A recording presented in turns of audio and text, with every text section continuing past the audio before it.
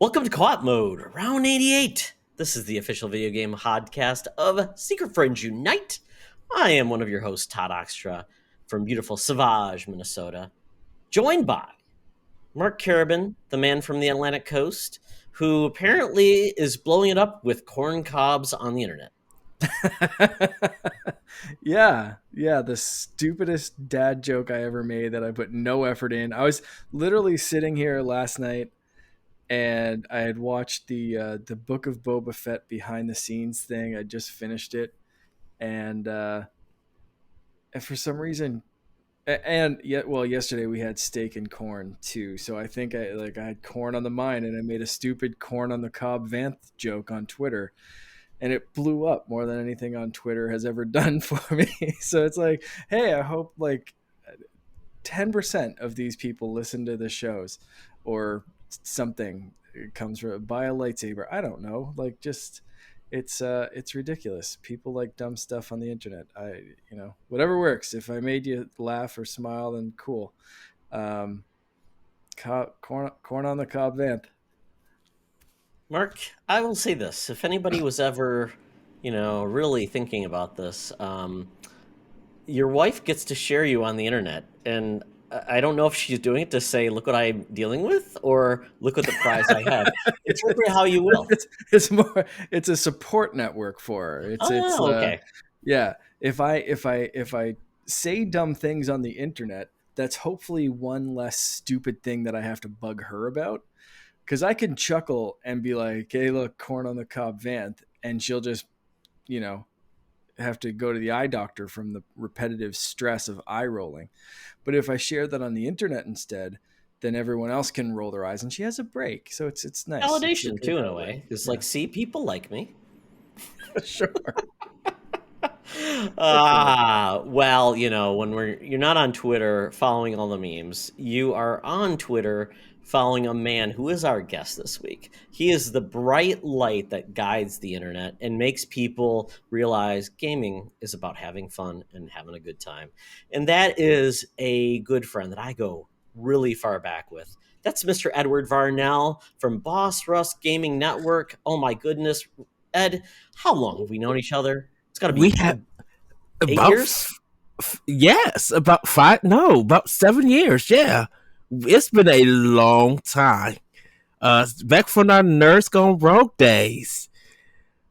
Oh, wow. I remember the first time I met you, and I'm like, this Edward cat is crazy. And I'm like, and it's been just fun watching everything come along, and you and Corey, and we had Corey on a couple of weeks ago, and so glad to see and awesome to see what you guys are doing on the interwebs. But you know what, Ed? This is going to be, I feel like I'm outnumbered. So I put the Nintendo background on for me in this podcast just so I can feel like I'm part of the Nintendo group, because definitely Ed is big on Nintendo. The Nintendo Pow Block podcast is really his heart and soul. He does solo projects as well.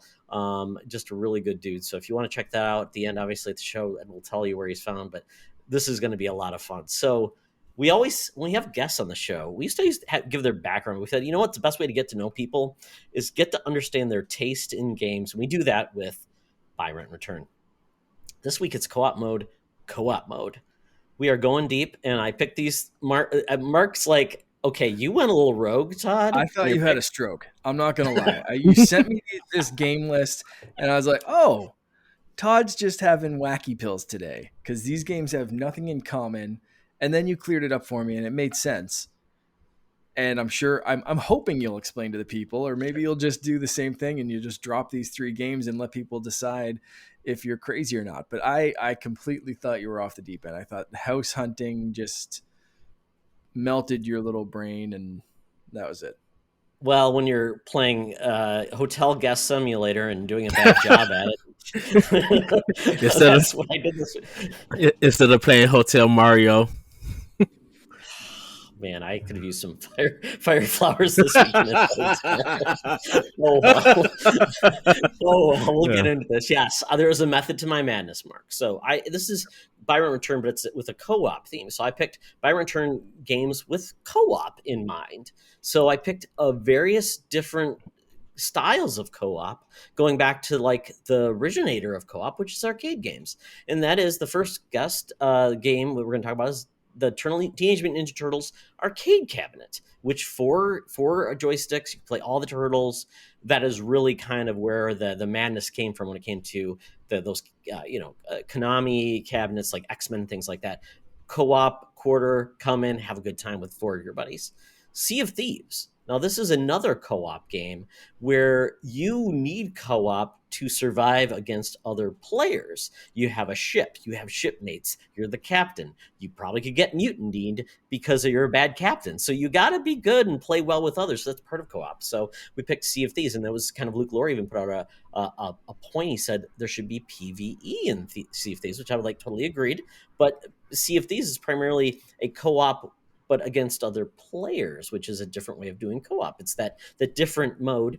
And then lastly, Destiny 2, which has PvP and PvE elements as well. With four of your buddies, you can go and take on the campaign. You can do it solo, which is kind of the whole point of like the different ways of doing co-op. So with those choices, TMNT Arcade, Sea of Thieves, and Destiny 2, where would you stand? We start with Ed. So with these three games, would you buy, rent, return these games? Oh, this is very easy. I've seen this list and I'm like, oh, I already know this answer. I'm buying Teenage Mutant Ninja Turtles arcades. I'm renting CFDs and I'm returning Destiny 2 or Destiny. Corey is hurt. And I would tell you why. I of course am a retro player, and I've grew up playing a lot of Konami games. Definitely a lot of their like Double Dribble, Contra, of course Turtles, and some of their other licensed and very own games. And I have gotten used to that co-op game. It's always fun playing with somebody with that.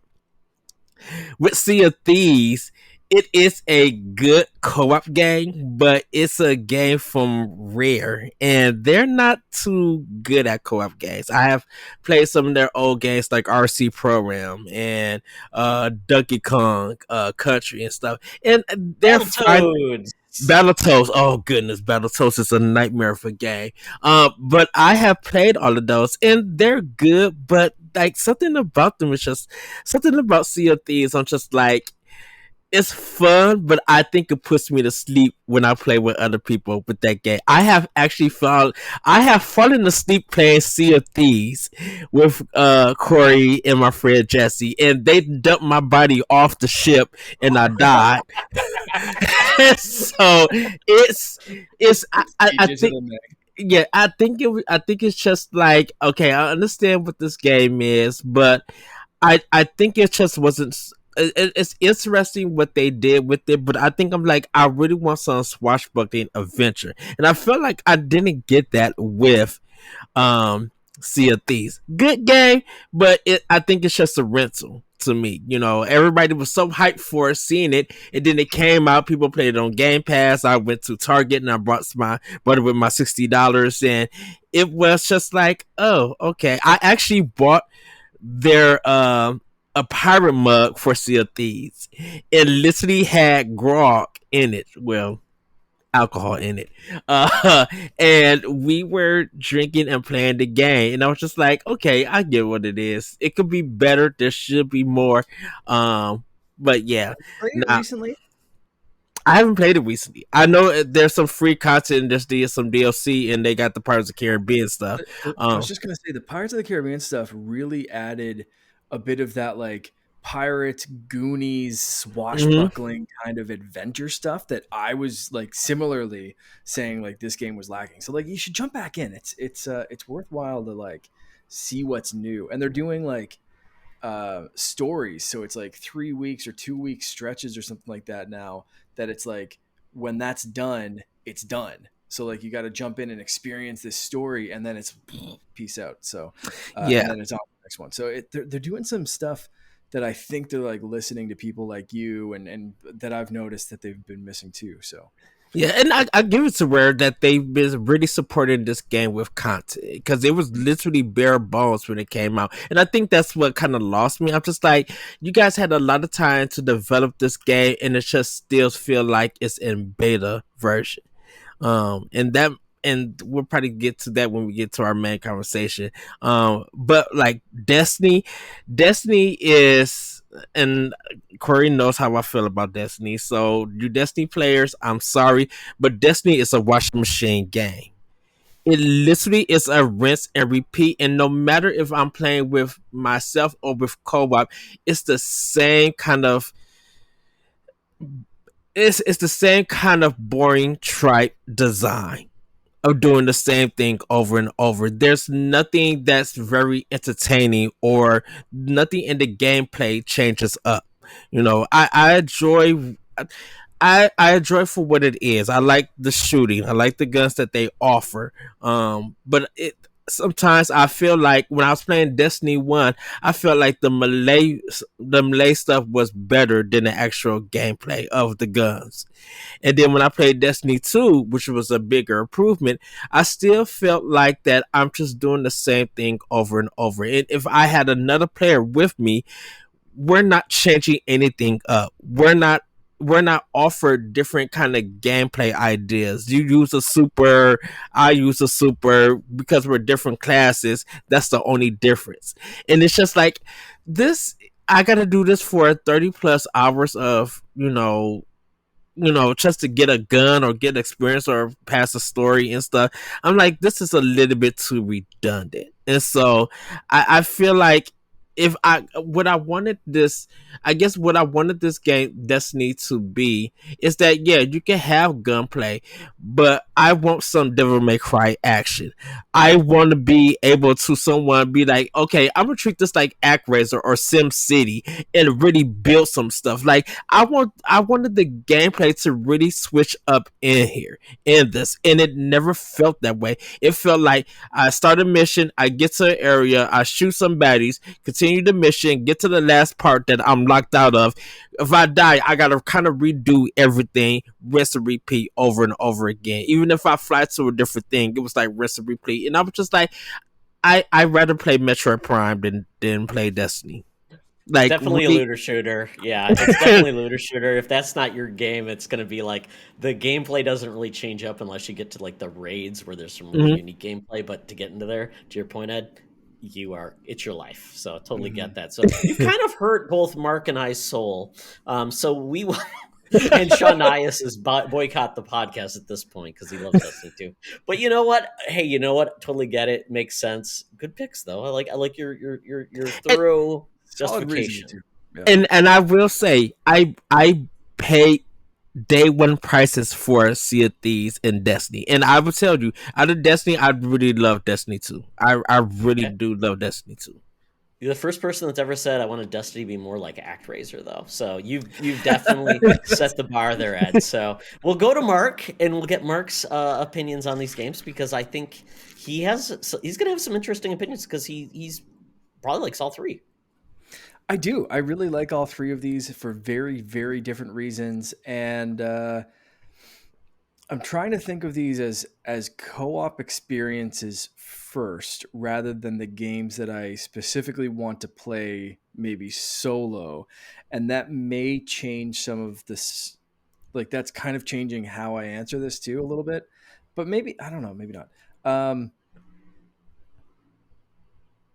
so I need to, yeah, I need to think about because I think I have them locked in. Okay, yeah, I'm just gonna go with the first thing that comes into my mind, which is buying Sea of Thieves because of basically what I said with while Ed was talking, which is they're constantly expanding, they're constantly working on new things, whether it's adventures or story, more story driven content or whatever, or it's just fun to jump in with a crew, with that multiplayer crew, whether it's one extra person or a full kind of galleon, big ship full of people. And some of my favorite stuff in Sea of Thieves is teaming up with other ships. So if you find that bully on the high seas, it's just wreaking havoc. They're wrecking everyone. They're a big ship and they're going after the tiny little galleon that just wants to go fishing. It's like, you know what? I'm going to make an armada and the three of us are going to take you down. that's what's going to happen. So I like going into Sea of Thieves and being like the, I don't know, the gentleman pirate. For anyone that's watching, our flag means death. You pay a good wage, Mark. It's yeah. Pay my people a good wage and bring a little bit of Blackbeard to it, but also just kind of be nice, like. And you if look good everyone's along the doing way. it, let's do this and light those guys on fire. But I love Sea of Thieves. That game brought me back to the Xbox ecosystem. I love my pirates. If you can see my big pirate bottle of rum like behind me there, Nice. like a wax top to it and stuff. Yeah, so I love my pirate stuff, and Sea of Thieves I've been playing since the Xbox One days when it brought me back, like I said, to Xbox from PlayStation Land that I was trying for a little bit. So I think I'm going to keep that because of how much they expand.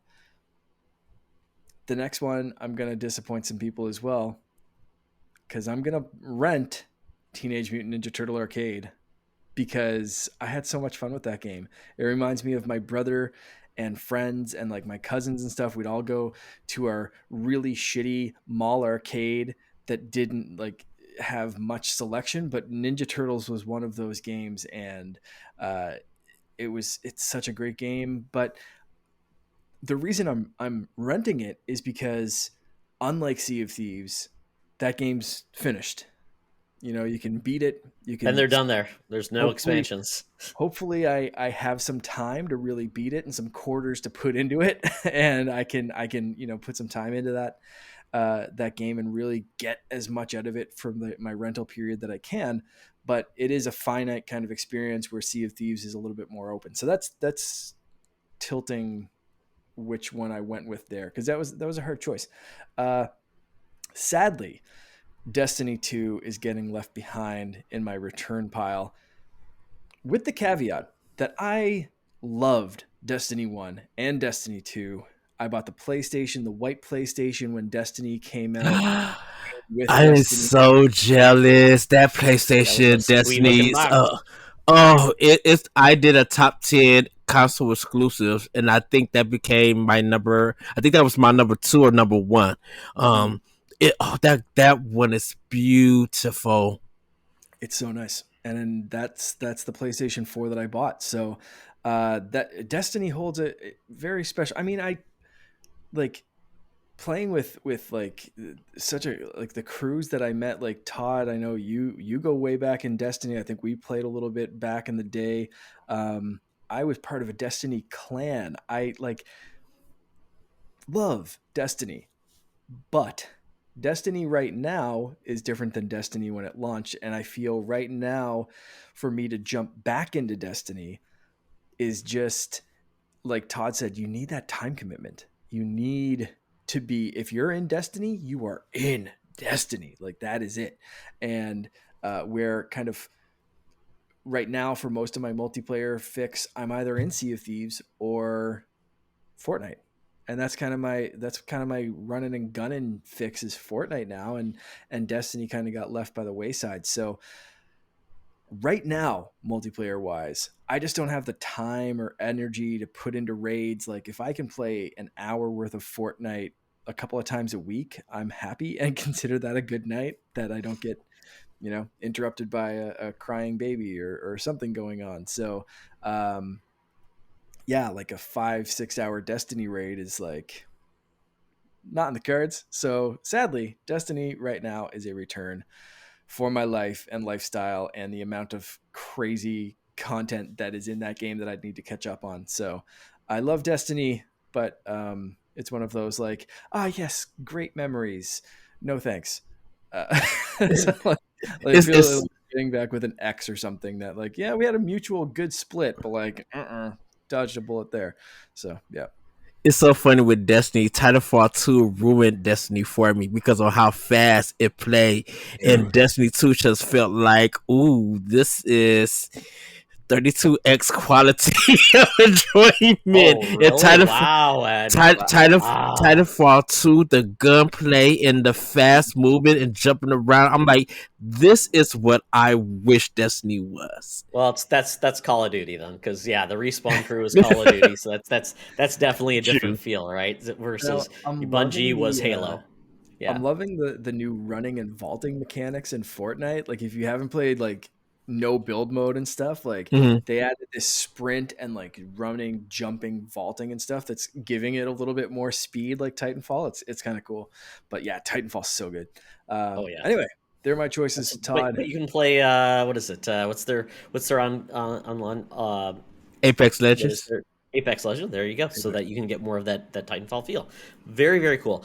So I'll just give a couple from the community really quick. So it was funny. So Charlie's co-host Peter, who's in the Discord from Code 47, after we cleared up what we were looking for, he gave me buy Destiny 2, rent Sea of Thieves, and this is the funny part because he must be younger or something because he said return TMNT Arcade because I know nothing and can find little about this. So I'm like, okay, I get it. Maybe it was just he was not hanging on arcades and hustling back in the day. I mean, there is the there is the Ninja Turtle collection that's coming out, so you had Yeah, to the see the Kawabunga trailer. collection. Yeah, so you can play that, or you can buy the what is it, the stand-up arcade machines they sell now. That one's really cool and like $500. And my comic book store has one. It's really cool, very neat, but very very tiny. Yeah. And then famous. Go-to has a couple of those cabinets now. Yeah, They those are keep adding, cool. like every time I go for a new, like they keep adding a new cabinet. And I have another tattoo booked in a couple of weeks, but it's at a different shop. So I'm like, I really hope this chick has arcade games. That's all I ask. That's my requirement. That's I don't care what you are. like, I can play what's it called, Burger Dash Burger or Time. whatever. What was it game called? Burger Time. Anyway, yeah, sorry. Yeah, Burger Time. Burger That's it. Dash. Yeah, I got super hung on that Is that one. like the Canadian version, Mark? Is that what they called it? Burger Dash. Yeah. Oh Burger well. Dash. So famous Seamus said buy TMNT Arcade, rent Destiny 2, and return Sea of Thieves. So it's interesting. We're getting a little bit of a mix here. Everybody's got a little the different diversity. opinion. Yeah, exactly. So I'll wrap this up really quickly. I'm going to buy Destiny 2 because it's the game I've been playing since 2014. My son still plays it. He likes to play. I like to play with him because he plays on Xbox. I play PlayStation. It has cross play, cross save, everything. It's the most forward thinking online game in the world because there's no barriers. You play how you want to play. The first part's free to play on any console. It's great. Let's see. Then I would go with and it's just a game that I just continue to go back to. The gunplay is excellent. It's great. I don't keep up with it. I don't raid, but I always play the single player missions, and I'm always available to play with others if you need me and your crew. And it's always fun to just play like a strike or something and just play with other people. It's really cool. Drop in, drop out, co-op, PvE, all those things. I would then rent TMNT Arcade because, to your point, Mark, it's kind of once you've seen it, but it's very fun to play with others, and it's not something I continue to go back to, but it's a rental. You bring it back and you play it and you put it away and put it back on the shelf. And to Ed's point, you'll get to play in the Cowabunga collection, which is great. So you can buy the game if you want, but you get like 8 other games to play with it. So it's a much better value. Then I'm going to return Sea of Thieves with a caveat, Mark. I'm returning it so one day to get it back when they add a PvE mode. I enjoyed what I played, but when I want a cooperative online game like that, I want to be able to play my own, and I feel like it's not a game you can really play on your own because you're going to get sabotaged and you're going to lose a lot, and that's what happened to me. So I really love a PvE mode where you were really playing against PC. I didn't have to worry about bad actors just taking my crap, and I could play with others. And just like Destiny, you could then find other people to play with as you want, but you didn't have to commit to playing fully on co-op, because that's a big problem with co-op games online. You have to commit to it, and you got to have time for it. So that's where I'm returning it for it to come back to me, Mark, with the PvE. It's a great game. I like that. Yep. Yeah, it's a great game. It's got a lot of promise for me, but I was hoping, for a dedicated like campaign mode, just single player having fun. And if I really wanted to get big into it, I would play with friends and get Armada, like you said, the tiniest Armada of 2 ships. So there we go. That is Byron Return. That was a long introspective on everybody's feelings, and that's made a couple enemies, I think, on the podcast now. So we'll go from there. We'll go dive into those choices, man. That's great. Yeah, exactly. This is a lot. So we're going to do a really quick spin on what we've been playing. So Ed, we'll start with you. What we've been doing is kind of fun, just to kind of do a round robin in the first game, and we kind of do a blush there, get some impressions. So what have you been playing? What's your first game you've been playing? So the first game I've been playing is Graceful Explosion Machine. This is a indie game on Switch. Oh, I beat it in. So I did a transfer on my Switch, and I think because at that time it didn't have no cloud data or anything, my information didn't transfer over. So I'm redoing everything from the beginning. It is so good, very arcadey, and what it is that you're the ship, and you kind of got to get these enemies down in different phases, phrases, and the more you shoot and you don't get hit, your combo meter goes up. And you're trying to get like straight A's, and you're progressing through it, and the game is more about getting a high score. Different weapons have different energy bars connected to them, so you have like your main little shooter, but it can overheat, so you have to keep on switching over. You have like homing missiles, a little sword shield thing that you can hit enemies and block shots, and then you have this big long beam kind of cannon, like it's almost like a sniper rifle in a sense, and it's just so good when you're literally in the flow of things. And if you want to listen to the music, that's fine, but you can listen to a podcast, you can listen to other pop music or whatever your taste, and just literally get into the zone of flying, of hitting, and it's so good. It's one of the best indie games for Nintendo when the system launched. And I just love playing it. I was just like, man, I haven't played this in a while, and I'm back in the zone. So yeah, Graceful Explosion Machine. I looked at the Awesome. artwork. It reminds me if like Among Us made a shooting game. Yeah. For Yeah. some reason, the artwork Yeah. reminds me of very simple, very clean, almost like the gummy shooter from Kingdom Hearts. Just Hmm. very, Hmm. very, very simple, but very, yeah, very cool. That's neat. I like the. It's kind of like, yeah, it's survival, lots of points and things like that. Kind of like the, uh, yeah. If you're interested, check It's it out. Yeah, it's very it cool. starts Graceful off explosion as machine. like yeah, it starts off as like you can get in the zone, kind of like I get how this is work, and it becomes a bullet hell kind of thing. Like as you Hmm. progress, like it just gets so ridiculous. I love that game. It's so good. Yes. Very cool. So, Mark, we talked a Yep. little bit about this game last week. You've dug deeper. I have. Yeah. So Nintendo Switch Sports. Last time I talked about how basically I had just played it with my wife and I. We played, in the same room, couch co-op, although we were standing up and being active with this game. And it was a great throwback to Wii Sports. We really liked some of the new games and revisiting old games. I loved the flow of bowling a lot more because you can kind of bowl at the same time and that kind of stuff. But last week I mentioned I had not tried the online mode, which is the main mode. The second the game starts up, it's like play online and unlock things, and that's kind of how you progress through the game. Is this online mode? So I've finally been jumping into that, and it's been a very good experience. Save from one soccer match that for some reason someone dropped out and they didn't drop a bot in on my team. So it was 4 versus 3, and we still brought it to overtime and then lost sadly. And Oh I was so no. disappointed. I know, because I was like, if we had that fourth player, I really think we could have held it. But yeah, they ended up rallying back and getting a point. But anyway, that was aside from that, like I have not had any matchmaking issues. I've not had a problem finding a game. You can kind of select just random and it just goes through and picks random games or whatever. Or you can pick one. If you only want to play bowling, you can focus on that. Or what I usually do, you can pick 3 games that you kind of want to play, and it will pick the first of those 3 games that it can find a good match for you. So you're never really waiting, like, if you continuously selected bowling, you might be waiting in a queue a little while, especially I think as the game gets older and fewer and fewer people are playing it.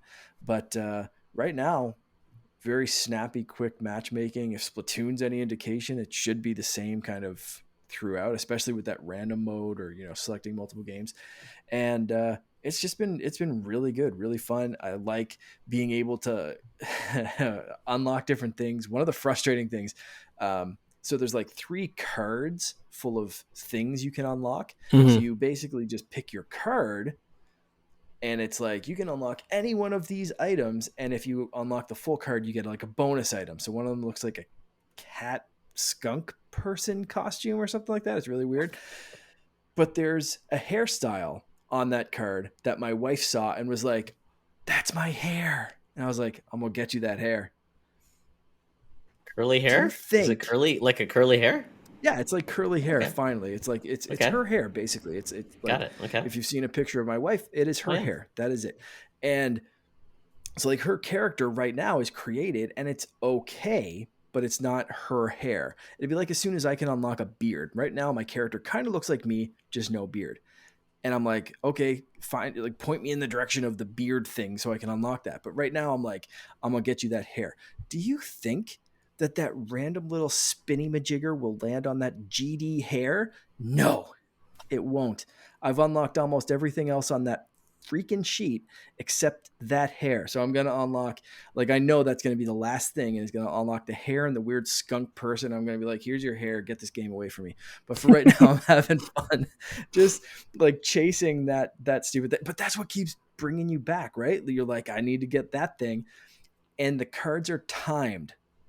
So one of the cards is going away, I think, at this point in 2 or 3 days. Another card is going away a few days after that. And this new card with the hair and the skunk thing, luckily, I have a little bit of time until that one goes away. But it seems like I'll say shop rotates. I don't know if they'll ever come back or how often they come back. No idea how this game works or how the online kind of reward system works or whatever. So I may have missed the first card altogether by not playing the online mode and focusing on my wife's curly hair. But that's what I'm doing. So it's fun. It's rewarding. One thing I don't get is the points distribution. So in order to unlock a new item, you need to get 100 points, and then you unlock a new item on the card. Some games, like I won a shutout match of tennis, like 7-0 or 6-0, whatever tennis goes up to. Like they didn't touch me. I was just like, bam, bam, bam, eat it, let's go. And it, like, I got 0 bonus points for anything. It was just like, well, here's 30 points for playing a game, thanks. Go to bowling, you get like 2 strikes in a row, it's giving you 30 points. You get like, a spare, it's giving you like double the amount of points. So like you play one match of bowling and you can get like 100 points right in that one match. But you do like a shutout match of tennis and you get 30, and it's just like, no bonus points for you, no fancy whatever. So it's like, it's not really incentivizing you to play all of the different games. It's kind of incentivizing you really to just keep playing bowling, which sucks. Which is a game that people always play. Yeah. So like I've noticed that, and luckily the little squirrel brain part of me has not been obsessed enough to just keep playing bowling and nothing else to unlock these stupid things, because I want to play all the games. So I have still been rotating through, but it's kind of frustrating when it lands on badminton or something, and it's just like, okay, well, here's another slow game of badminton, back and forth, and I really like it, but I know it's going to be 30 points. You don't get any extras for like, a shutout in badminton or something. Like it's really, they need to figure out the point distribution, and they need to figure out the speed in soccer. Like playing that game after playing Rocket League for so many years, like I have, is just like, okay, well, here's a bunch of snails playing soccer with a giant ball. Cool. The run button makes them go at an almost leisurely pace. Like it's a shuffle. Yeah. Shuffle is like watching your grandparents play soccer, and like the normal speed is just, I'm gonna go make some tea.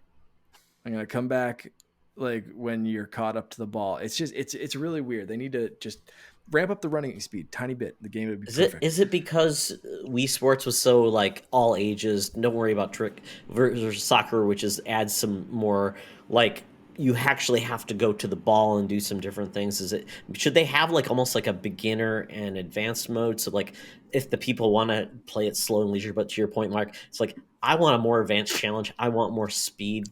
Like let's separate the player base if No, it possible? seems to me, and you might be right, but to me, it seems like they made soccer for. So there's two different Is ways it you can play pickleball, soccer. Mark? No, Is there's it there's two different pickleball? ways you can play soccer. One's on a smaller field with only a Sure. couple of, like, it can be one-on-one or Sure. whatever, right? Yeah. And that's a small field. It's very reasonable Mhm. to have the dash and the speed that it's set at on that small field. Makes it very manageable, make it very easy to keep in. When it's 4-on-4, the field expands. Yeah. Then it becomes ridiculous. So you get a lot of 0-0 games. Yeah. Yeah. Like pretty much all of my games have been like 2-1 or 0-1 or maybe 3. I think I might have hit 3 goals in one of the matches, but that's only because sometimes the ball becomes golden and is worth 2 points. So very, very low scoring soccer games. So I think they need to up the speed in just the large field version.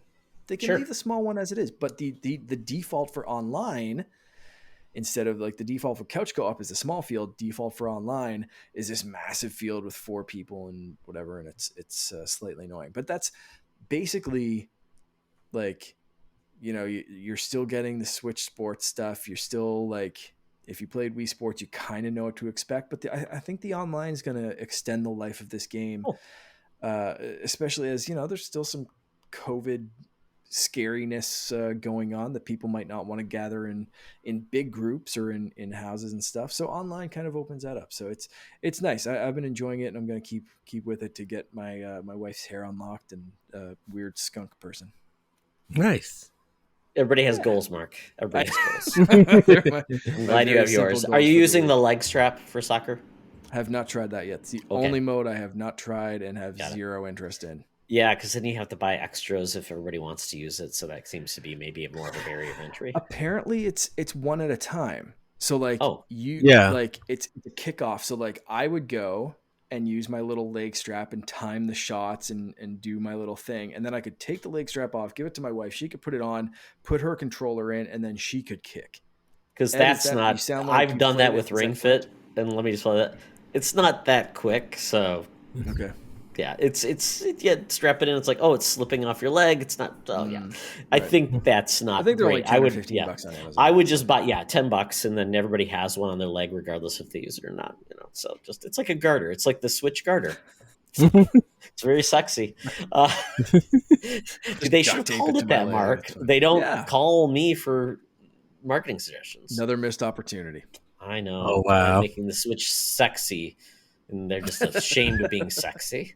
Oh, wow. Yep. Well, moving on to me, in the not-so-sexy game, that is Trektoyomi. This is on PlayStation and Xbox and PC currently.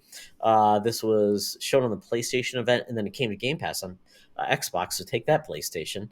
Play it for free.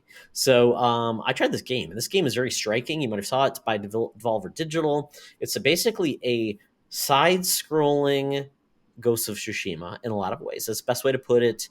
It feels like a Kurosawa film, fully Japanese dialogue with subtitles, black and white, pretty.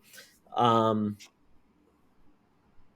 liked it, but it definitely is a more limited game, and the combat leaves a lot to be desired. It's okay. And I was struggling with one boss because I couldn't get the parry combination just right. You can change the difficulty, and I did do that, but I'm like,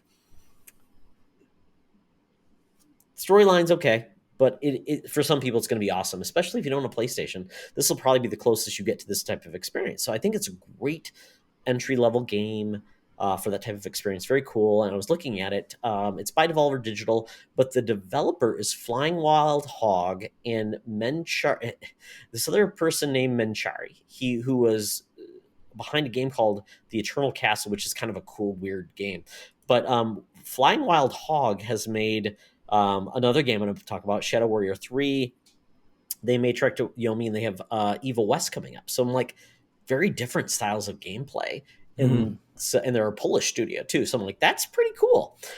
So I think this is well worth checking out. It definitely isn't a game I may stick with because I've already played Ghost of Tsushima, and I think they nail it so well. The gameplay is so cool.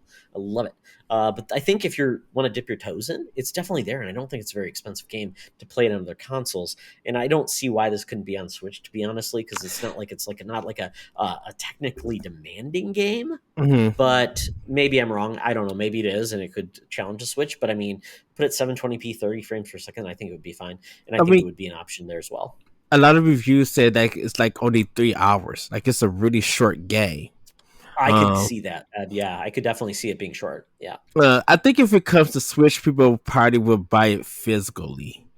Um, maybe. Mm. I mean, Switch is doing so well digitally on all their. I mean, their digital sales are so high, and they have a lot yeah, of sales. So, I mean, I could see them. This could go to, what is it? limited run. Yeah, I could see it going there too. So it could definitely go there, and that's the first place. Get it on digital to see if it gets an audience. I mean, obviously, and then physical's another double dip. So I think that could be a way to go. And I haven't heard anything about this being a physical release anywhere yet. So Mm-mm. that could be another option. Well, I think the weirdest thing was that when they announced this game, that yeah, it was coming to PlayStation, and just like you said, Todd, that it came to Xbox Game Pass. People was wondering why it didn't come to Switch because Digital Devolver's games normally hit Switch first before Mm. anybody, and most of the sales that they get, it comes from Nintendo Switch. So it's kind of Mhm. weird that PlayStation had this exclusive, which we kind of actually talked. I think there's new exclusives now, and it's the marketing exclusive It where could, yeah. I don't know if there's any marketing though, because it came, like I said, a game to Game Pass day and day. So I don't know if there's any type of deal there. And the only thing I could think of, this developer has not made any games on Switch, so Mhm. that could be they just aren't comfortable with the platform. Like they Yeah. said, they're behind Evil West, which is a game coming out, and they're also made Shadow Warrior 3. So not every developer said they like developing for Switch or it's as easy as other people. So it's So kind of a mixed bag. Yeah. I do have a quote actually from an Oh, interview okay. with Gaming Bolt, the game director. I may murder this last name, Marcin. K- Holy shit, that's a lot of consonants in one. Kursipin? Polish. So Kryzipin? I don't. yeah, Anyway, sorry, Marcin. Anyway, the game director said, and I quote, "We don't exclude the possibility of there being a Switch version in the future." sure. So nothing definitive, but at least that's directly from the developer saying, basically, kind of, Todd, what you thought. Like it might be, they might be more comfortable Sure. doing the other platforms because they are a little bit more PC like. You can kind of spec them up. You don't need to worry about the horsepower of those systems versus the Switch. Like there seems to be a lot going on, background particles, different effects, different Mhm. things. You don't know. A lot of these games that look simplistic have a lot of, I'll say, baggage that slows the Switch down, or that the Switch isn't optimized for. That you'll see that a lot. Like this game's not, it doesn't look super impressive. Why is it slowing down my Xbox? Um, and indie developers, I'm not saying like it's something that they should just get rid of magically and move your magic wand and make games, because it's so easy. But it's one of those things that with extra horsepower in the newer consoles, maybe they didn't have to worry about that, right? They didn't have to optimize it as much as they probably would have to for Switch, and like turn this effect off or turn that thing off or turn that whatever.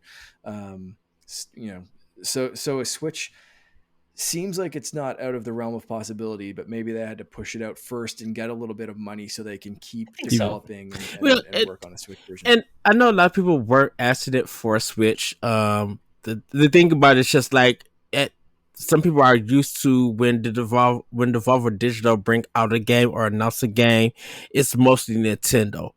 So people just automatically think that it's just like, wow, this game is coming for PlayStation, because one of the fears for indie games on PlayStation and Xbox is that Sony and Microsoft don't support indies like they used to back in I the think day. they do. It's just the Switch audience is so much more likely to buy games because you Mm-hmm. don't have a service like you don't have a PlayStation Plus on Nintendo. You have largely just Nintendo games on that. So I Yeah. think and Xbox does a lot of indies day and date on Game Pass. Like, Yeah. I mean, so ultimately they may not make as much in Nintendo because Nintendo largely doesn't give you games like that for free. So you got to buy them full source. So, and it's a smaller marketplace. And when those stellar games showcase on Switch, they do really well. Yes. It's because Nintendo has a lot of noise on it, but when the big, really good like games that are indies show up, they perform well. So I think it's a mixed bag because I mean, if anybody, PlayStation 4 really, Xbox 360 with arcade did great for indies. Then Yes. PlayStation 4 did great with indies. And then Nintendo said, hey, we'll do indies too because they're great for filling in the gap. So I think everybody has a different perspective. And apparently Xbox is lagging the most on indies right now because it's hard to compete when you got Game Pass and all those games are free. And so it's really a weird marketplace. And Nintendo's Sony's finally getting back to indies. So it's a mixed bag. But I like to see more of these indies get the showcase like they did with Xbox and PlayStation, and Nintendo just had there. So this one could come. The PC specs are really low, so I think this could come. So once again, I think this deserves to be on as many platforms because not everybody gets to play Ghost of Tsushima. So that's what I would say. It's a fun game, and I think everybody should check it out. And I think it's well priced for the entry point. So we'll go from there. So Ed, one more game you've got, and then we'll wrap this up with the last picks. So the last one I've been playing is Tetris Effect Connected on Switch. Thank you, Nintendo, for adding Bluetooth headsets. I know everybody joke. I know everybody had their fun. But man, Mizuguchi and his team did a phenomenal job with this soundtrack. I love Tetris. I've been loving Tetris ever since it came to the Game Boy, ever since it's been on PC. Even in the arcade games, like I've been a big fan of the Tetris.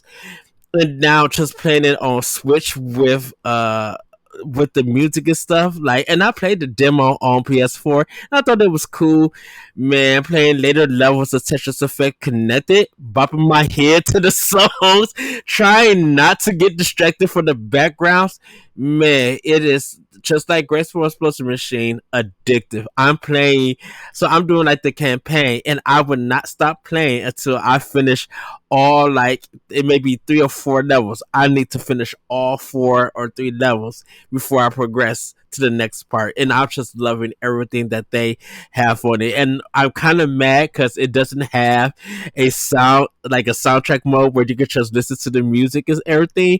I want that so bad because, man, the game has bangers. Literally bangers. And I got these Sony headphones, great quality, and I just like do click, get 2 4 line, and it's just like, it's so good. And I love the diversity of music that they do. Like sometimes you got house music with religious chanting, or you might have a jazz effect with like rap hip hop beats, and it's so good on how Mizuguchi and his team mix it up. So yeah, Tetris Effect Connected. I know people have it on Xbox. If you have it on PlayStation or PC, that's great. Literally, I feel like it's at home on the Switch. I played that on Xbox. Yeah, I did too, with the whale, and it goes through. Yes. Yeah, and apparently it's the best way to play this game though is VR. They said I was just VR, gonna say, so I just saw that in the Quest 2 store, this past weekend, and I didn't buy it, but I told my wife, not that I've done this for a few years, but like I'd love to get some electric lettuce and experience that game in VR because I think that'd be a trip. Yes. But that's very nice, Mark. That's it. Not that I'm condoning or not condoning anything. Do what you do. It's the first time I've heard that term. That would be so that would be an experience and a half.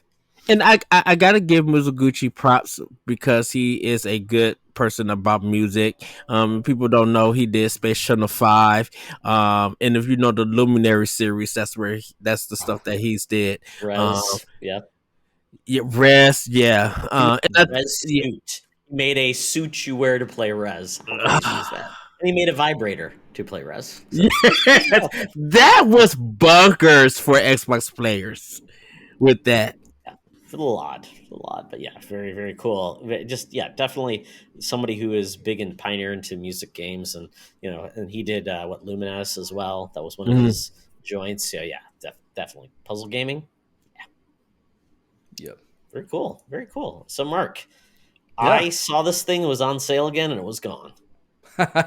I was lucky. So I really haven't been playing too much else other than this stuff I always talk about. Fortnite, Ragnarok. I've been still rocking out with Ragnarok and trying to close my exercise rings on my watch, which has been going pretty well. I'm happy with the progress. But the other thing I want to talk about is I finally got an N64 controller from Nintendo for my Switch.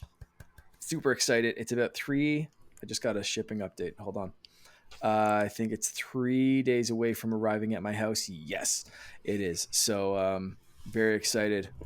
Can't wait to actually play the N64 games. I want you to play it by the handles, Mark, the real handles, not the play it by this. I just want you to hold it by the tripod when you play. Hold it by the tripod. The way God intended you to hold those controllers in the oddest way. Hold it by the tripod. Like you're milking a cow. Yeah. A 3-nickel cow. Sadly, I wasn't able to get one because I was at work and they just sold out quick. I'm like, yeah. It was instantly, it was very, very quick. And I saw a notification going up on Twitter, which earlier we were talking about why don't I shut my Twitter notifications off? This is why, because I got the N64 controller the second that they went up, and I'm very happy. Very nice, very nice. Nice. Very cool. The way God intended you to play those Nintendo Switch Online games. Exactly, with that third arm that bursts forth from your chest so you can grab off some Absolutely. tripod legs. Only way it's a murder weapon ready to happen. Whatever the hell you just said. Exactly. Yeah, the tripod of power. Like the Triforce. The tripod. Yes, there we go. Is that what they called Mini-Me in Austin Powers? Yeah, pretty much. Yeah, the what is it? The Holy Trinity. There we go. Sorry, folks. This is a sacrilegious podcast. It's so delicious. Oh, what else have you been playing, Todd? Yeah, to transverse to something different. Shadow Warrior 3. This is the game that got me off of Tiny Tina's Wonderland, which a game I felt like I thought it was really gonna like, and then I realized Ted's point: wash, rinse, repeat. That game, I feel like I felt like I was just repeating the same thing, killing tons of enemies. There was a little bit of clever dialogue, and I'm like, I'm going to get more weapons. And I look at it and I'm like, are they really that good? And it just felt like a lot of work to really enjoy the game. So I know people love it, and great, but I just felt like Borderlands just a series I've only liked 1 out of the 4 5 games they've had. So maybe it's just not for me. So I'm okay with that. So I moved on to something fun that I've really enjoyed, which was just a very dedicated first-person shooter game with that's kind of goofy, like a Duke Nukem. But I've never played a Shadow Warrior game, and this is essentially a tongue-in-cheek shooter, first-person shooter with some melee combat. And it was also one of the first PlayStation Now like day-and-date games. So I'm like, cool, I'll try it out. It's really cool. Shadow Warrior 3 is fun. It was like, and I'm coming late to the party, so I did not get. I mean, I feel like I missed out on what happened in the last 2 games. Apparently, you failed, and you're kind of like getting yourself ready to redeem yourself, and it's just a fun like first-person shooter, like a Doom or a Quake or whatever. And you get some cool power-ups, you get some cool weapons, and melee is a big part of it. And that's about it. But it's really pretty and it's fun. You get like a tethering device. You can tether and traverse and do things like that. And I'm at a point where it's like very difficult, but I just need to buck up and get better, and I can get through it. So, but it's very goofy and fun, and the enemies are crazy looking, and I just like it. It's a very straightforward game, just kind of what I needed, because I'm ready for some new games coming out. Like the Quarry is coming out that I'm excited for. I do want to play Switch Sports. I'm excited to play Ash or the Evil Dead game that's coming out too. So some people have been enjoying that Evil Dead game. I don't know if it's like out or it's like a demo or something that's out. It's out now. Yeah, it's out now. And it's similar to like it's similar. It's by the team who made the Friday 13th game, and so essentially it's you get a team of 4. And you're taking on the demons or vice versa, and it's fun. And I love the Evil Dead game, so I'm looking forward to that. So this is just Shadow Warrior 3 is just kind of holding me over, and I will see where that takes me until I get something I'm really excited about. But if you haven't noticed, there's a lot of like dry spells coming out, except for one specific publisher, and I think that's a good point to transition into the news story. So when it comes to games this fall, the schedules look a little lighter than we intended, because we've seen a lot of games delayed that had release dates for this fall. So Starfield and Redfall were both delayed. Starfield is Bethesda, as well as Redfall is another Bethesda studio game.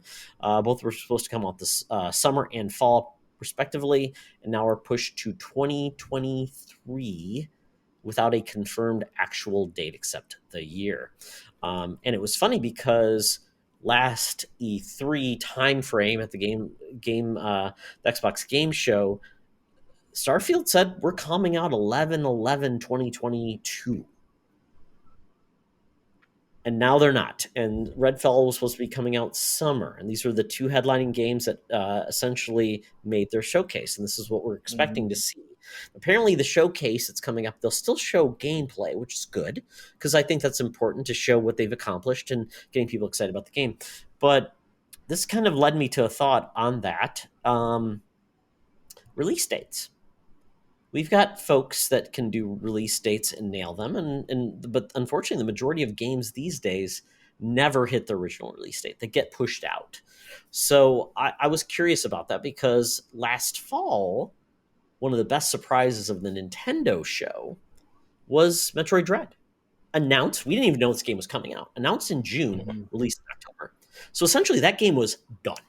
When they announced it, it was done, and they said, we'll just take the time to market and launch, and no surprises. And everyone loved the game, and it's probably the best performing Metroid game of all time. A comparison to Fallout 4, also announced in June, released in November. The way Bethesda said, and everybody who said we should do the Bethesda model. Microsoft, we also had last year, was it 2020, we had Last of Us 2, announced, had its date, and then it was said, delayed indefinitely, and then came out 3 months later, which is just weird. So I guess in this thought, I mean, it's going to be a shame because Xbox, that was kind of the only games we know of that had release dates for Xbox this fall. Nothing is actually, Xbox has no games in 2022 now from a first-party perspective. So that's disappointing because they had such a huge, at the end of the year last year with Halo and Forza Horizon. PlayStation has no games confirmed for this fall, but you know who's got a lot of games confirmed for this summer and fall? Nintendo. Nintendo doesn't play games. The only change we got was we got a flip-flop with Splatoon and Xenoblade Chronicles 3, which was just weird. I'm assuming that, but that's fine. But they're locked and loaded. They have not missed their release dates largely except for Zelda. But Zelda's never made their release date. So it's like that's kind of like you put it out, it changes. So what do you think? I mean, who does it right? Who does it wrong? And ultimately these days with social media, everyone's engaged, the audience is there. Is there a point to putting a release date over a year away when ultimately does it even matter? Because if you announce it now, are we going to remember that in the mix of everything, the game's coming out? Does it really drive anything except for when it's delayed, people get pissed? So what's our own thoughts about a delay? I can answer this first. Let me get into it. Everybody hold on to your horses and your Kit Kat bars. So Nintendo does it right and everybody else does it wrong. And I'm going to tell you why. Nintendo does it right because they actually show gameplay. And when they're ready to announce an official date or everything, they'll still drop some gameplay that you haven't seen in any of their trailers. Yes, Zelda did get pushed back to 2023, but we've seen new footage. No gameplay. No gameplay, Ed. No gameplay with Metroid Prime 4. Yes. Either. But with Metroid Prime 4 being moved, they also said they got moved into a new building. So they knew that they had nothing ready to show for it. And they were getting more of that new talent from a lot of Western developers and everything. So, but they still haven't confirmed anything because they were just like, you know what? Yes, we would love for Metroid Prime 4 to show you guys, but It's right now. It's still being developed. We don't got nothing ready for you guys. When we're ready to show you, we'll show you. This is the problem that happened with Redfall and Starfield. You show us flashy cutscenes about the game, and then say, "Yep, we're ready to go." We still to this very day don't know what that game is going to be when uh when that game has been marketed. We haven't seen no gameplay, we haven't seen no ideas. All we got is some nice good music and some nice cutscenes, like some nice actions. But what are we really going to be playing when we take a hold of that controller? What are we really going to get? And they continually do this. Hellblade 2 has been in development for so long. Only thing I know is you fought a giant in this Unreal Engine 5. And I still don't know what I'm going to be getting with that game. And we kind of had this discussion on Nintendo Power Block about we know what we could plan for the fall for Nintendo and the winter. We got like, Bayonetta 3, we got Mario Strikers, we still got Advance Wars because that got pushed, but that got pushed for a good reason, and we know what we're getting with that stuff. And so I feel like Nintendo does it right when at least we get an idea of what we're going to get to. I can't do anything. I can't do anything or fathom anything what Microsoft or Sony is going to do when they only just show me cutscenes. I want to see what you guys are going to make my purchase of your next gen system really do with your first party games. I want to get into the worlds that you said that I was promised I was going to explore with some actual gameplay. I've seen more cutscenes than I have seen of gameplay. So when they release these dates, for us, we don't trust them because we haven't seen anything. And Cyberpunk has been a big factor in it. Cyberpunk hurt release date announcements. So you're absolutely right, Ed. Yeah. Yeah. So oh, go ahead, Mark. I was just gonna say, I remember when Starfield, like they did that big ballsy announcement in the trailer, and the only thing people were taking away from that, it wasn't like the game looks great, whatever, blah blah blah, like, oh, how is this, like those questions came later. The first question, every single place, news outlet, every interview that you read, the first thing they asked, do you actually think you can hit that release date? Exactly. Like anyone that was interviewed was just like, yeah, we're pretty confident we put it in the trailer. And like, obviously that has come back to bite them in the ass, but like 14 months, right? I mean, is that yeah, essentially right? later? Like that, there's calling your shots, and then there's like, why? I feel like if you can't show gameplay in your first trailer or your second trailer and you give us a release date, I'm not trusting it. I'm not believing that you can even if you can't even give me a little gameplay section but could say that we could hit a release date. I don't believe you because you weren't even able to hit me with some gameplay ideas or some actual gameplay for your game. You and your team put more into lighting a butt than you have into lighting a fight that I'll actually be getting to play. Don't give me the flash. Give me what I'm going to be getting when I give you my no cash. Flash, show me the cash, Ed. Right. Exactly. I mean, and Mark, I mean, if you think about it, I was looking at Nintendo's release schedule. I mean, I can just give it to you right now. I mean, it's Mario Strikers, June 10th, Fire Emblem Warriors 3 Hopes, June 24th, Xenoblade Chronicles, July 29th, Splatoon 3, September 9th, Winter. Is it really winter? Pokemon doesn't have an actual date. So Pokemon Scarlet and Violet, but there's been no gameplay. We did get a quirky like hotel thing that was kind of neat. And then Bayonetta is 2022, and then we've got spring. There we go. So really, we've got nothing past September with an actual date. So that's smart because they've got their E3 or whatever we're going to call it coming up, where they confirm all that stuff up. So that's fine. I like that approach because it's ultimately we'll tell you when it's ready and you'll buy it when it's ready versus getting your hopes up and it's like, oh, it's going away. I think Nintendo's learned a lot up from that with Bayonetta and also Metroid Prime. And I don't know if Zelda ever really had a true release date. I think they said 2022, but they never Yeah, committed to a date, right?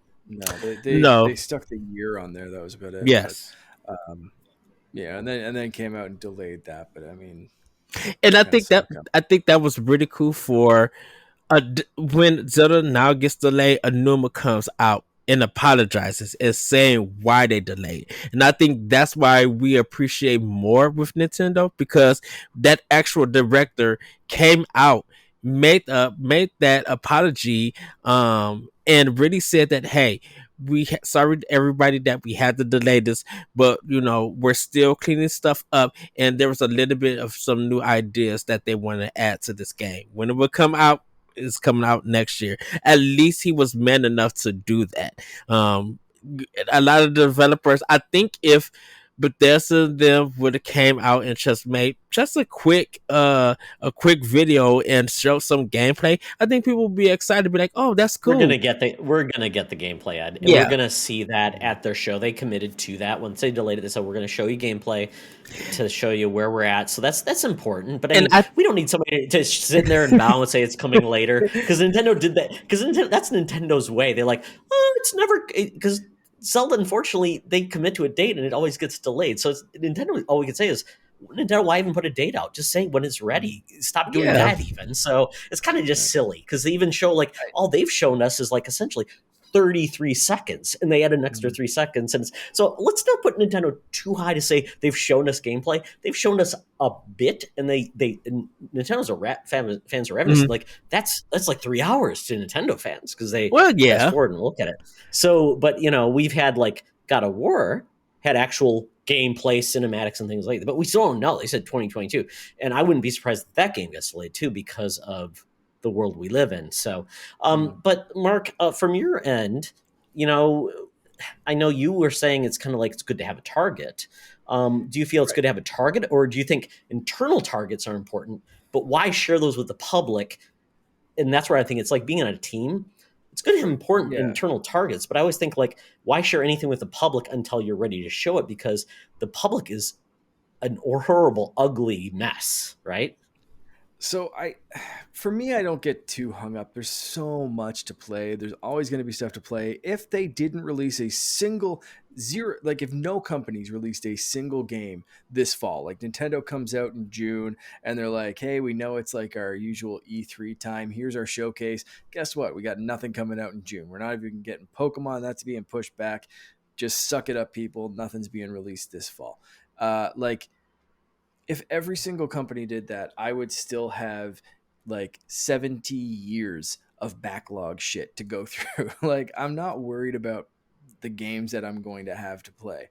But I get people being upset and whatever, but I'm wondering if there's something that we haven't mentioned yet on this, and that is a lot of these companies, or all of these companies, I think that we've spoken about so far, have shareholders to answer to.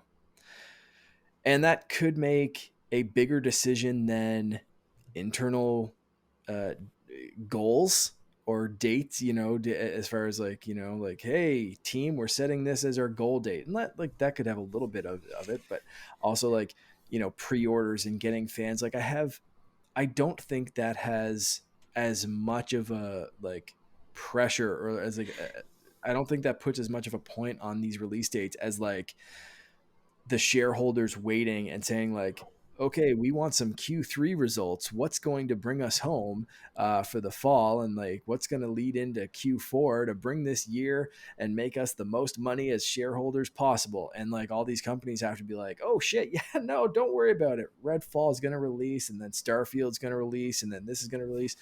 Like, I think I think these companies, like, they have to put those out. And I honestly believe that Bethesda meant it when they said they thought that Starfield, and I think they're, like, to Ed's point with Nintendo, like coming out, like the higher ups coming out and apologizing. They didn't do a video for this one, not that I saw, but the tweets that I read from Phil Spencer, from the Bethesda team, everyone seems sincere. they seem to want to get these games out, and they seem like these delays are heartbreaking to them just as they are to us.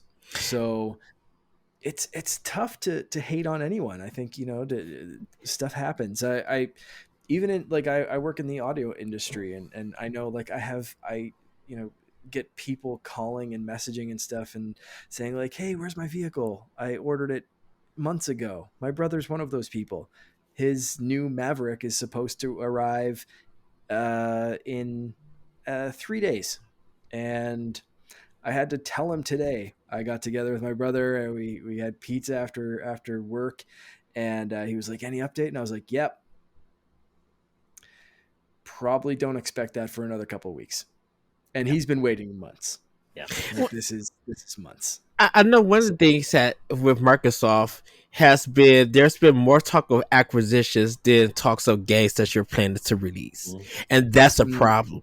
And I know that I know they're trying to get all of these games, but you have almost 50 plus some developers. Your new system is going into maybe 2 years? It's about to hit 2 years, or 2 or 3 years or something in November, and you really haven't delivered past maybe 7 games exclusively for Series X. Of course, you got Xbox One. So it's just like you are investing in all of this money in all of these developers, and there's no return on anything because you don't have any games for your systems. So these delays are hurting your chance of people looking forward to your system, because you're more happy that you acquire Activision, but you're not putting anything out from that.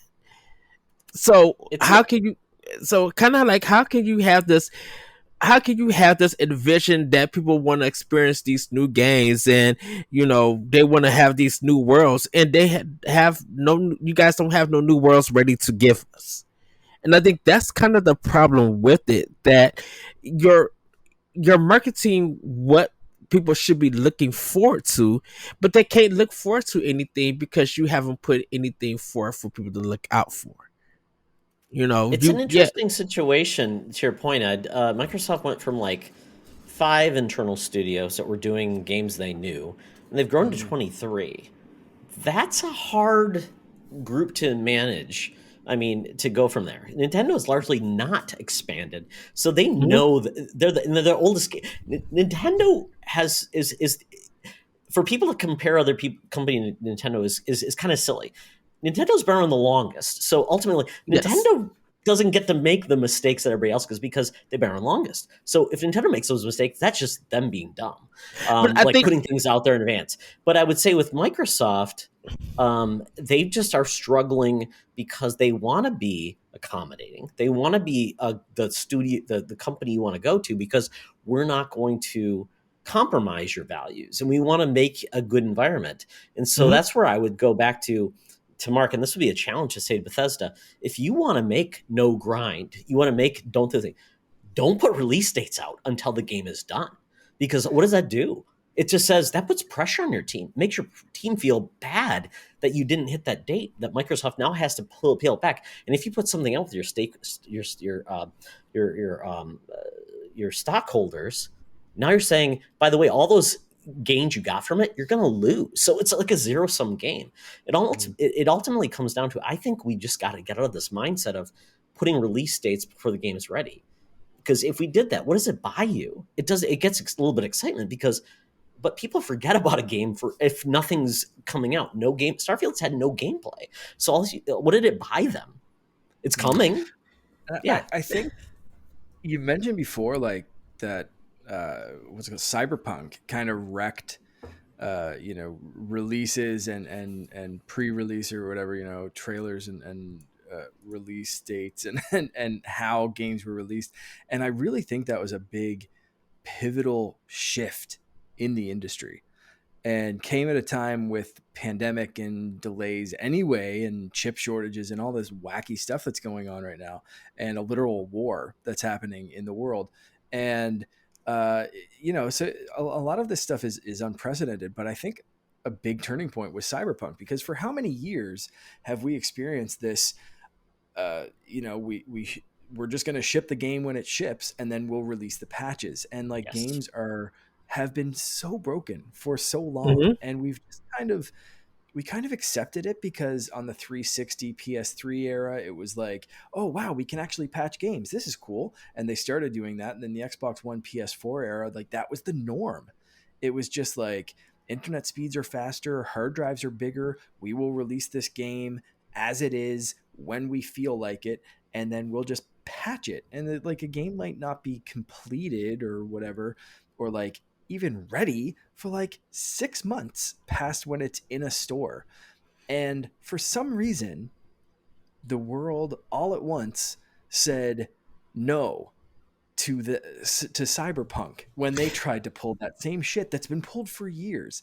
And I think it made a lot of other studios say, oh, we can't do that. And to Ed's point, where with Microsoft acquiring so many studios, a lot of these studios that they acquire like had announced these games or Mm-hmm. announced these release dates or whatever. And Microsoft acquires them. It's like, nah, shut it down, guys. Like we're not we're not releasing a half-baked game. We're not releasing like something and then a bunch of patches. Like this is, to me, Microsoft may be trying to be a little bit more Nintendo, but to Todd's point, like there's so much going on that it's hard to like pull it all down. But like to me, this is some steps in the right direction of like no more crunch. We're getting Mm-hmm. good games released when they're supposed to be released. This is other developers learning from the Nintendo model. They're tripping along the way. They're stumbling, but baby steps. We're getting there. And And I think all of this is good stuff. Sorry, Ed, go ahead. oh, and don't forget that Nintendo have did games like Box Boy, where there's shorter experience while Mm-hmm. people wait for these longer experience. And I think where Microsoft they have so many companies, you could get Obsidian to do a small, short 5-6 hour game that they could probably develop in 8 or 9 months, and it could be fun while you're waiting for their next game. They have enough studios that they could balance. Everything doesn't have to be big. Everything doesn't have to be triple A or anything. You can vary the experience because people want the games. They want something to play on your console.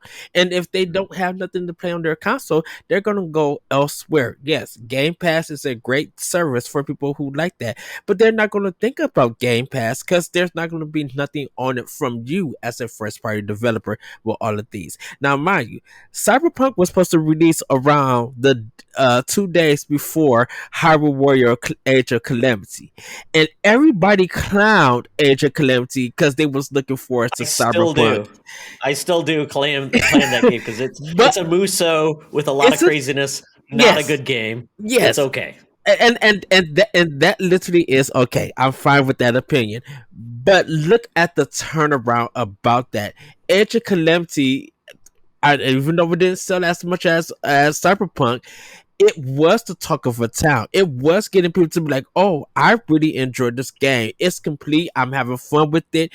And it was supposed to get destroyed by That's a Cyber. little different of a comparison, though. Yes, That is a yes, simple formulaic game. Cyberpunk is a huge game with a lot of variables yes, online. It's a little bit different. Nintendo's yes. games can do that because they're more self-contained. They don't have the variables. They don't break because But there's online gameplay. So Nintendo has a different focus on it because yes, they don't have to worry about like all the variables and launching on multiple systems and things yes. like that. Where Xbox games now have to be on PC, they have to be streaming. So Nintendo is largely on one system and they can focus. PlayStation's going the opposite way, and they're going to do PC and PC. PlayStation.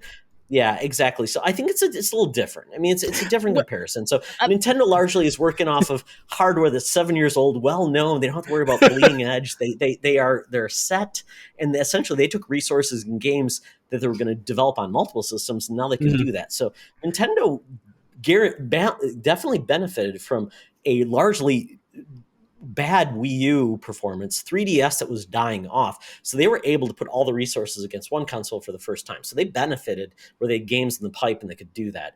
I would say where and Nintendo and PlayStation with always going forward on bleeding edge technology, it's a different experience. So I give them a little bit more leisure to say you're trying new things and trying to bridge the hardware. So, but Mhm. I think the we want games to come out. We want them to play. And Nintendo is the best suited game developer this fall that's going to dominate because they're going to have the most games that you can get on their consoles. They've got the biggest install base now, and it's a big win for them. So that's And a good deal.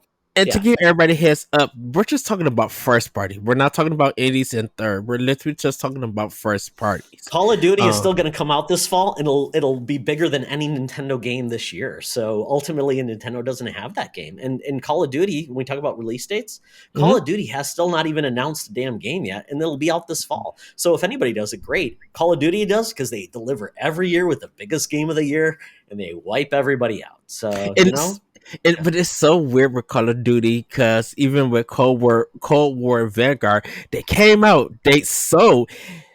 I'm still seeing videos of people finding stuff in Breath of the Wild, and I've seen stuff on Splatoon because it's Nintendo fans. People are only playing Breath of the Wild on that system. And Nintendo fans are a different group. They're a different group. They will play Breath of the Wild for 5 years, 6 years, 7 years, and everybody else moves on. So there you go. It's just, and I guess it's just.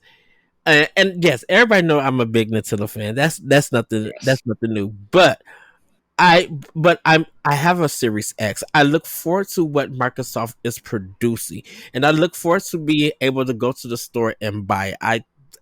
That's just me. That's the way that I like to support it. But I really want Microsoft to. I want Microsoft to be like, don't be flashy with these cutscenes. Just show me some gameplay and give me some hope or idea of what you're going to lead forward with. Because when you do that, that gives for content creators and besides gamers, for content creators, that gives us a lot to talk about. That gives us something. What could we predict?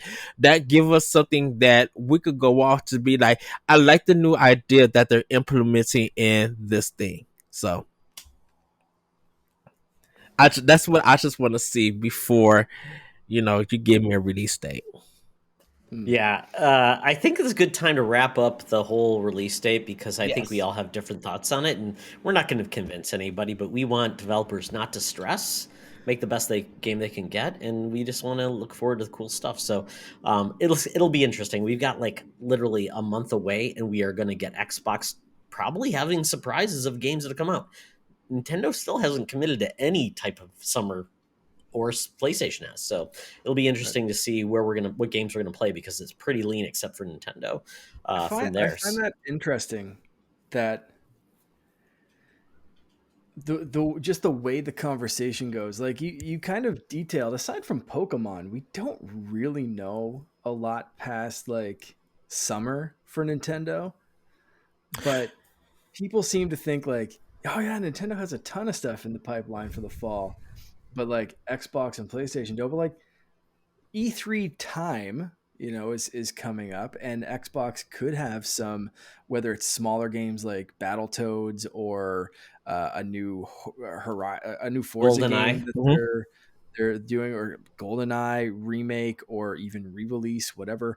There are some stuff that like they could just come out with little experiences. Maybe it's not Starfield, maybe it's not a big kind of thing, but like there are things, and Sony could do the same thing. Right now, Sony is seemingly focused on the PlayStation Now stuff and moving on to a bigger and better subscription model for next year. But like that's kind of where their news focus is right now. So it's kind of funny, like just the way that the conversation is skewed that way, and we really don't know that much for Nintendo either. But we assume that Nintendo is the one that's going to like benefit this fall, and the others are like, oh, everything's pushed back and they're dead. So I think it's because of the Nintendo Directs and the indie worlds. We know what's coming out because Nintendo been talking. Microsoft and Sony has been quiet for too long, and that's worrying people. Sony had lots of state of plays. Xbox hasn't. They did have their indie showcase. Nintendo had their indie showcase, which largely was okay, but it didn't blow the roofs off. And Nintendo did deliver their what's coming. And Sony has said, I mean, if God of War drops this fall, guess what? That is probably going to be that, and Elden Ring will be the games of the year. And that will make Nintendo look like, okay, we had Switch Sports and this and Pokemon. So don't negate the fact that Sony's been doing this just as long, and it almost, just 10 years less than Nintendo, and they can deliver game of the And years every yeah, year. So they can, but you once again you got to start talking because that's what I people think they are don't want to. concerned I about. don't think they want to. They don't want to guarantee anything because they don't want to have a Last of Us Oh, 2 and it they gets don't. delayed. Yeah, They don't have they've to got it. They guarantee. said 2022. Yeah, they said 2022, and I think Xbox has something in its back pocket. Well, a lot of people hope I it has something in its back pocket with Forza exactly. Motorsport. Yeah, I think Yeah. they might, or with a. I've heard Gears of War potentially they could get something there, or they could have a Halo collection or something like that. That could make very many people happy. So I'm we'll still see. excited. Yeah, we'll see what it goes from there. So, Mark, where do you want to go next? You want to take us out? That kind of morphed into bonus round I territory. thought so. Yeah. Yeah, we did talk a little bit about co-op gaming though at the start. Totally up to you, Todd. I've got some time if you want to extend this, or I'm good calling it there and calling that our bonus round. That was a really good discussion, so I'm happy with where this ended up. Okay, so maybe we just do a very quick round of Sure. co-op. So, uh, very quickly, we're going to go to a quick bonus round about co-op because we said we would do it, so we may as well get to it. So, co-op gaming, where it's at, where it's currently going to be. So, what would you recommend the best of co-op on a console? So, we'll go from here and we'll say everybody, we have Switch, we have Xbox, and we have PlayStation largely does co-op pretty well. So we'll go with Ed, of course. Switch with co-op games. 3 games you recommend that do co-op really well. Mark, Xbox games you would recommend that do co-op really well. I'll do PlayStation games that do co-op really well, local or online. Okay, so uh, for me, of course Mario Kart 8 Deluxe is great for co-op on Switch. Um, so many people are still playing it around the world. Definitely with the new DLC that's coming out. There's just something about getting in and having fun playing Mario Kart with your friends. Yes, you can't really chat through the game and you got to use other means, but it's always funny and zany, and you really are surprised to see people's skill sets in that game. So definitely Mario Kart 8 DX or Deluxe is definitely one of them. I would say one of the best co-op games on Switch. Excellent. Sure. Yeah, I'll jump in. This isn't Xbox specific, but since I play it on Xbox, I'm gonna go here, and I'm just gonna mention Fortnite. It's how I keep in touch with friends across a bunch of platforms. I happen to play it on my Xbox Series X, but one reason that I play Fortnite and that I continue to play Fortnite is because it's one of the best examples of cross-platform, cross-save, cross progression, and just everyone kind of getting along. And Fortnite forced Sony into doing that in a lot of ways, which is awesome, and pushing the I think platform forward or whatever. And we just saw today Fall Guys live for everyone is coming out in June, I believe. I can't remember the exact release date, but seeing that go the same way, and of course Epic owns Fall Guys just the same way they do Fortnite, so it's great to see another game being pushed in the same way, that it's going to be cross everything. And I'll probably pick that up on on Xbox as well, and probably have it on my Switch for when I'm on the go. But that's I love that is my favorite kind of co-op, where everyone can play along, and I can play with my nephew on Switch and my friends on PlayStation and Xbox, and it's just good that way. But yeah, I like doing that because I can pick the controller that I want or the ecosystem that I want and still play with everyone everywhere. My goodness, on PlayStation, in the round robin, uh, I'm assuming everybody has 2 more that we'll go round Mhm. robin on. Yeah, sure. Okay, great. So I'm gonna go with and I don't even know how well you can play this anymore, but Guitar Hero 4, or sorry, Rock Band 4. Ooh, Oh Mm. my good God, choice. I had so much fun playing just Rock Band with friends. 1 mic, 2 guitars, 2 mics, 1 guitar. it's just so much fun locally. You can play online too, but I just really think those music games. I don't know if we'll ever be able to like reinvent that experience again, but absolutely, if you've got guitars, you can still play. It's phenomenal. Mark, there's actually a VR air guitar game, and there's actually a VR. I saw that. I think a Rock Band VR too, but at least air guitar. That's chef's kiss. So Curious how that works. They just updated that with more accurate finger and hand tracking. So I'm really curious. I'd love to try a demo of that before I drop the money on it to see how accurate it. Because hand controls on Quest 2 have been sketchy at best for me. Even just controlling menus and stuff. So like if I'm going on a guitar, like even medium or hard mode, I'm like, I want my tracking to be accurate. Yeah, so if we can ever get another like Rock Band or Guitar Hero, it would be great. But I still have my guitar, my mic on PlayStation 4 and PlayStation 5. So and I think Xbox works as well, and Switch has nothing, unfortunately. But Xbox can also do Rock Band as well, because those things are all backwards compatible. So there we go, Rock Band. Yes. So, of course, Monster Hunter Rise on Switch. Man, taking down those monsters with 3 other people is with just different skill sets and weapons, and once again some of the comedy, but also cutting off those tails, seeing that monster lip off or like swatting your whole team, wiping them out. Sometimes it's such an amazing thing to do with friends. And the Monster Hunter community, they are really cool and down to earth and are very helpful for people who are getting into the series. And Monster Hunter Rise, it's just fantastic, whether you play it on Switch or PC. But definitely for Switch players, especially with Sunbreak about to drop also soon, Monster Hunter Rise is definitely one to, if you're looking for some good action multiplayer, definitely Monster Hunter Rise.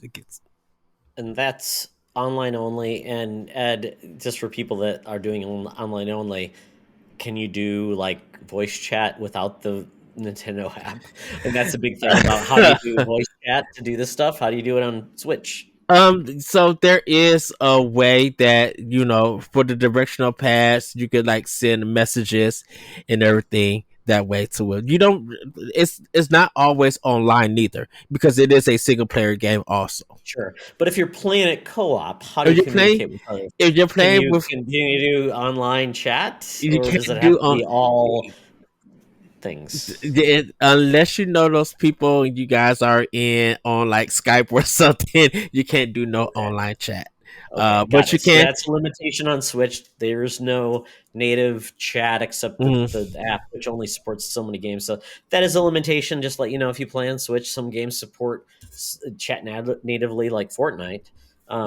So that could be something that I would hope Capcom would incorporate, because that just seems like a barrier of entry when you're trying to kill a big beast.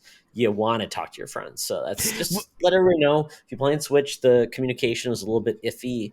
Yes. It's not through all the time. So cool. But I heard people love Monster Hunter Rise. Very cool. So Mark, go from there. Since we already mentioned Sea of Thieves, I won't say that, but it's such a unique multiplayer game that I have to give it an honorable mention shout out. But I will mention something that is not specific to Xbox, but is included in Game Pass. And if you'd love to not be friends with your friends anymore, or you want a very quick divorce, try Overcooked 2. Couch co-op, online co-op. It's fun. It's frustrating. I was playing it earlier today. Great game. I kind of want to ask you, Overcooked versus Super Mario U, like New Super Mario Brothers Wii, where you have 4 players. Very different games, but I would prefer Super Mario Brothers for sure. Because they said that game will make you lose more friends. It will absolutely make you. But like that's more of like a sabotaging, whereas like I find Overcooked, you're trying to work together. You have to be. Like, something usually happens where you're like, pass the tomatoes, and the person passes you lettuce, and you're like, I hate you. So that's that. You're burning the thing. Overcooked 2. It's a fun game. Everybody can relate to cooking, right? So there you go. Yeah. It's a comedic game watching it. I love watching other people play Overcooked because I end up laughing.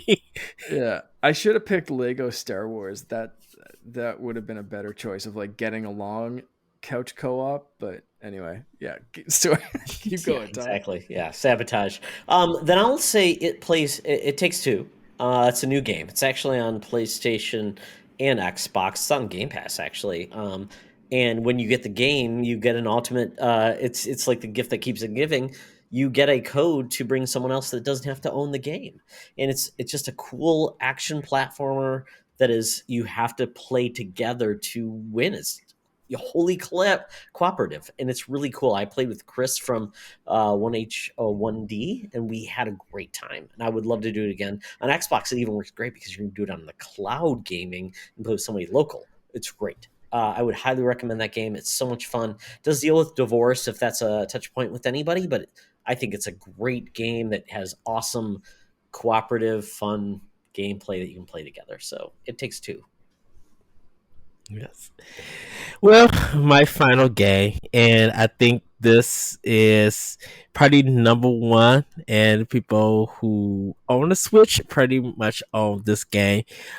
Super Mario 3D World plus Bowser's Fury.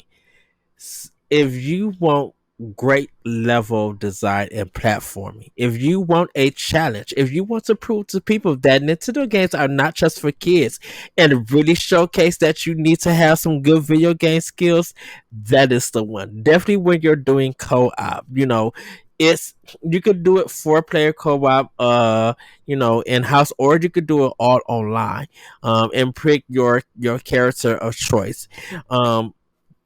If you're into cats, you got the cat suit.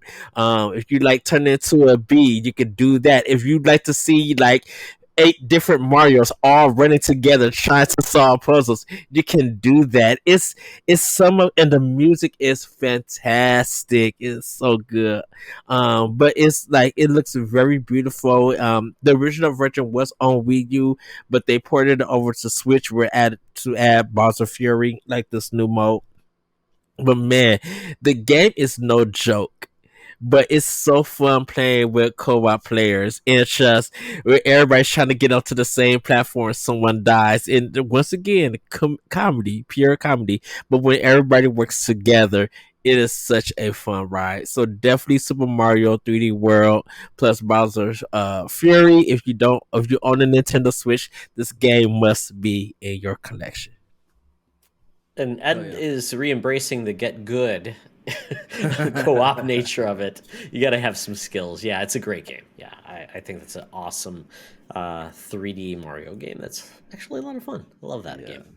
For my last pick, I'm finally gonna pick an Xbox exclusive, and I know Halo's been talked about and dumped on and whatever. So is it Ryan Turfert? I think maybe that constantly says Gears is better than Halo. I think that's a Ryan kind of thing to say. If I'm getting it that is. wrong, I think I'd agree with it. Yeah, I think Ryan has said that before. Yeah. Yeah, and I'm gonna agree. I love Halo, but like Gears has a very special spot for me. So if you want some good online multiplayer, story mode, versus mode, Hive, what like Gears. Get Game Pass, get all the Gears stuff, just Gears. Let's go. It is so crunchy, so good. Can't wait to see where they go with the series next. It is just for me, even more than Halo, Gears is Xbox. Gears. I'd agree, Mark. Remember when you tried to do Hive Busters with Yomi and Shawn? It went smoothly, right? Sure. And we had an awesome time, though. Shawn and I were playing couch co-op Gears. That's what made us really tight gamers. Gears is from the ground up co-op, and it has never skipped a couch co-op mode. It is co-op at its core. Yeah. I feel like Gears 5 is the best out of the whole series. Yeah, it's a good game. And that decision you make in Gears 5. Mark, you finished Gears 5, right? Yep. Okay, yeah. So for me, last one is really, and this is not just a PlayStation, this is a universal co-op game, which I think is what saved a lot of people in the COVID era. It is Jackbox. Jackbox is on Switch. It's on Xbox. It's on PC. It's everywhere. It's on mobile. This is the best thing that people that don't play games can play on everything. And I think it is like chicken soup for the soul if you have a demented sense of humor. I love Jackbox. It brings everybody together. It's so much fun. And it's kept me sane through the COVID times when I could play with friends and we could have a jokey joke. My favorite is the Murder Mansion mode where I dominate. Just telling you. But I'll play with you. But I dominate. So, Jackbox. I love it. And it's up to number 8. And it's affordable. And it's always on sale. Fantastic. Yeah. Good choices. Yeah, so there we go. So co-op, it's for everybody, and whatever console you play on, play with people. That's what we ask.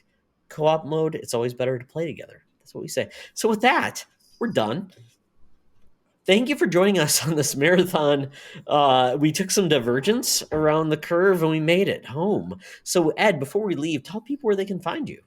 You guys can find me on Twitter at that Virtual Code, and you on Instagram at that Virtual Code. You can find me hosting Nintendo Power Block on Mondays live on our Twitch Boss Rush Network Live, or you can check us out on bossrush.net for articles, videos, and more with that. And then you can join us on our Discord for Boss Rush Network. Come talk snacks, food, pets, video games, and more with that. So yeah. Thanks, Ed. It's been a blast, and this is crazy. It's been 7 years. You never been on one of our podcasts, and now it's been completed. Achievement completed. Yeah. So with that, Mark, where can the people find you? Well, before people can find me, I want to announce something that was I want to talk about something that was just announced literally while we're recording. So Phoenix Overdrive is doing a Christmas in July raffle. If you go to their Twitter, which is at PHX_overdrive. I'm sure this is on Facebook. It's in our Discord as well as theirs. There's a whole description, but you can win an Oculus or a Meta Quest, I suppose now, Quest 2 256 gigabyte model, $15 per ticket. And you can purchase those online. They're fundraising, of course, for Extra Life and raising money for some Children's Miracle Network hospitals. So go check that out.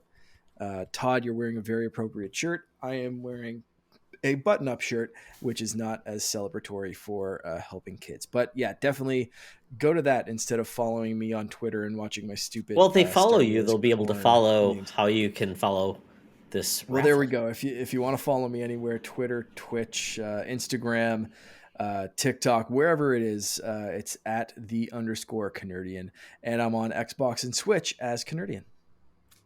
Especially if you like corn-based puns on Twitter, and Mark needs to upgrade his dinosaur game, and I showed him how he can do that with a really awesome Tyrannosaurus Rex costume. So there we are, and you can follow me at Tioxtra, all things gaming, at Spartion98 for Xbox and Switch, and Spartion1998 on PlayStation if you'd like to game with me, where I rarely do it, but I would gladly game if you request me to join you and be a liability for your party. So there we go, folks. It's been a blast. Ed, awesome. Thank you, as always. Thank you for having me. I thoroughly enjoyed this conversation. Yes, Ed is an optimist, and we appreciate him. Mark, you're an optimist, but sometimes you can be kind of a little pissy. But we love you, man. You're Canadian, so I'm a sarcastic optimist. Exactly. And you're from Atlantis, so we appreciate you as well. And I'm from Minnesota, but from Michigan, so I'm a little bit pissy at times as well. But we have fun in the world of gaming, and that's what we always say. So thanks all for joining us on this destination in the world of gaming. And remember, it's always better to game together. This podcast is part of the Secret Friends Unite podcasting network. Visit secretfriendsunite.com for more great shows, articles, news, reviews, and more. Secret Friends Unite podcasts are available on Apple, Google, Spotify, and other podcast services around the world. If you'd like to be part of the conversation, you can join us on Facebook or our new Discord server, or follow @SecretFriendsU on Twitter. Please subscribe to Secret Friends Unite on YouTube and visit our merch store at tpublic.com. Just search Secret Friends Unite. Thanks for listening.